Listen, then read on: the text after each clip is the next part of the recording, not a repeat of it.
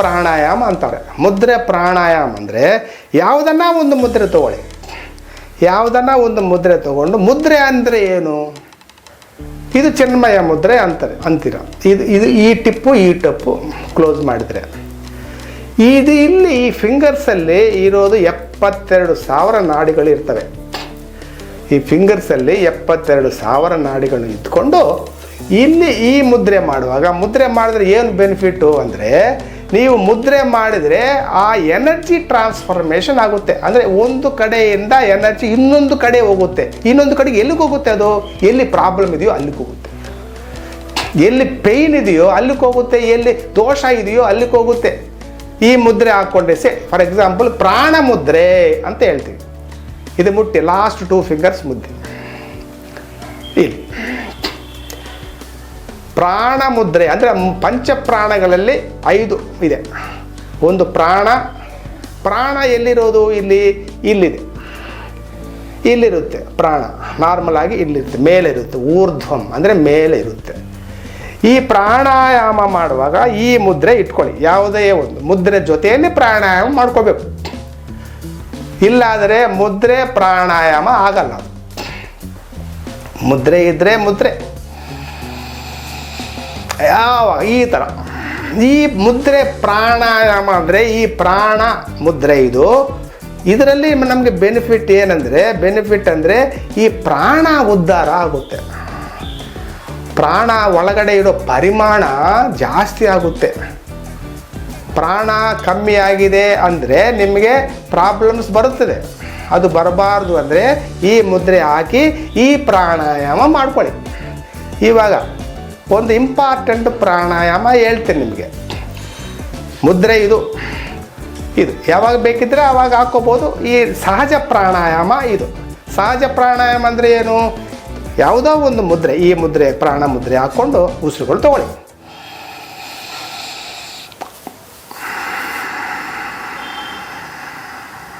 ಭಾಳ ಇಂಪಾರ್ಟೆಂಟ್ ರೀ, ಕೇಳಿಸ್ಕೊಳ್ಳಿ.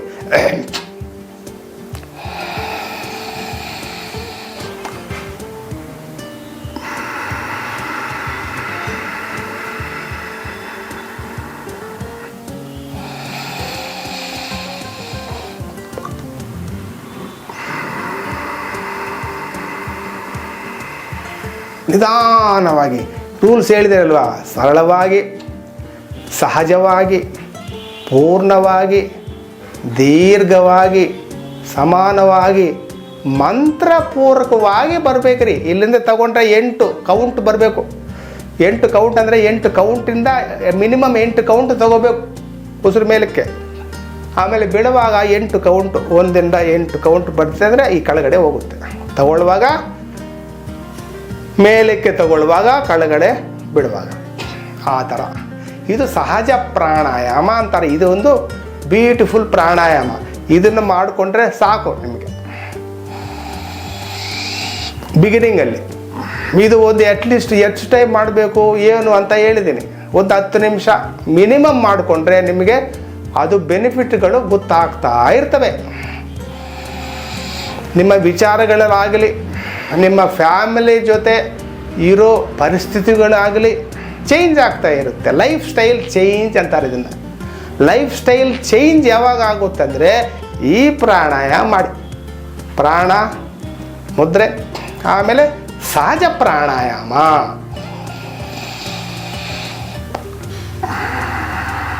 ಎಷ್ಟು ಹೆಸರುಗಳಿದೆ? ಸಹಜ ಪ್ರಾಣಾಯಾಮ ಅನ್ಬೋದು, ಆಮೇಲೆ 3 ಡೈಮೆನ್ಷನಲ್ ಪ್ರಾಣಾಯಾಮ ಅನ್ಬೋದು, ಆಮೇಲೆ 3 ಸೆಕ್ಷನಲ್ ಪ್ರಾಣಾಯಾಮನೂ ಆಗ್ಬೋದು. ಇಷ್ಟೊಂದು ಹೆಸರುಗಳಿದೆ, 4 ಹೆಸರುಗಳು ಇದೆ. ಪ್ರಾಣಾಯಾಮ ಅಂದರೆ ನೀವು ಮೇಲೆ ಉಸಿರು, ಇಲ್ಲಿಂದ ಉಸಿರು ಆಚೆ ಇರೋ ಶ್ವಾಸಾಯಾಮ ಅಲ್ಲ ನಾವು ಮಾಡೋದು. ಶ್ವಾಸಾಯಾಮ ಮಾಡಬೇಕು ಅಂತ ಎಲ್ಲಿನೂ ಹೇಳಿಲ್ಲ. ಶ್ರೀಕೃಷ್ಣ ಪರಮಾತ್ಮ ಹೇಳಿರೋದು ಪ್ರಾಣಾಯಾಮ ಮಾಡಿ ಅಂತ ಹೇಳಿರೋದು. ಪ್ರಾಣಾಯಾಮ ಅಂದರೆ ನಾವು ಹೇಳಿದ್ರಲ್ವ 3 ಡೈಮೆನ್ಷನಲ್ ಪ್ರಾಣಾಯಾಮ. ಇನ್ನೂ ಸ್ವಲ್ಪ ಅಡ್ವಾನ್ಸ್ಗೆ ಹೋದರೆ ಅದು ಮುಂದೆ ಹೇಳ್ತೀನಿ. ಪ್ರಾಣ ಅಪಾನಚಾರಿಣಂ ಅದು ಮುಂದೆ ಹೇಳ್ತೀನಿ. ಈ ಫಸ್ಟ್ ಬೇಸಿಕ್ ಪ್ರಾಣಾಯಾಮಗಳು ಕಲ್ತ್ಕೊಳ್ಳಿ.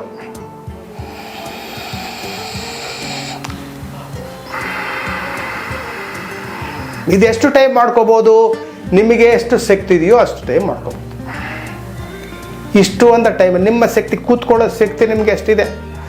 ಒಂದು 10 ನಿಮಿಷ ಕೂತ್ಕೊಳ್ತೀರಾ, ಅರ್ಧ ನಿಮಿಷ ಅರ್ಧ ಅವರ್ ಕೂತ್ಕೊಳ್ತೀರಾ, ಅದು ನಿಮ್ಮ ಮೇಲೆ ಡಿಪೆಂಡ್ ಆಗಿದೆ. ಎಷ್ಟು ಸಾಧನ ಮಾಡಿಕೊಂಡ್ರೆ ಅಷ್ಟೊಂದು ನಿಮಗೆ ತಿಳುವಳಿಕೆ ಗೊತ್ತಾಗ್ತಾಯಿದೆ. ನಿಮಗೆ ಅರ್ಥ ಆಗ್ತಾ ಇರುತ್ತೆ ಈ ಪ್ರಾಣಾಯಾಮ ಅಂದರೆ ಏನು ಅಂತ.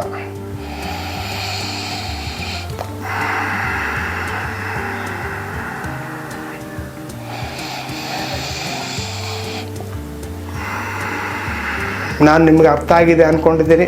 ಈ 3 ಡೈಮೆನ್ಷನಲ್ ಬ್ರೀದಿಂಗು ವಿತ್ ಒಂದು ಮುದ್ರೆ ಯಾಕೋ ಹಾಕ್ಬೇಕಂತ ಅದನ್ನು ಹೇಳಿದ್ದೀನಿ. ಯಾಕಂದರೆ ಮುದ್ರೆ ಹಾಕಿದರೆ ಅದು ಶಿಫ್ಟ್ ಆಗುತ್ತೆ, ನಿಮ್ಮ ಶಕ್ತಿ ಎಲ್ಲಿಗೆ ಬೇಕೋ ಅಲ್ಲಿ ಹೋಗುತ್ತೆ. ಎಲ್ಲಿ ಕಮ್ಮಿ ಇದೆಯೋ, ಎಲ್ಲಿ ದೋಷ ಇದೆಯೋ ಆ ಪಾಯಿಂಟಿಗೆ ಅಲ್ಲಿಗೆ ಹೋಗಿ ಅಲ್ಲಿ ಸರಿ ಮಾಡುತ್ತೆ ಅಂತ ಅರ್ಥ.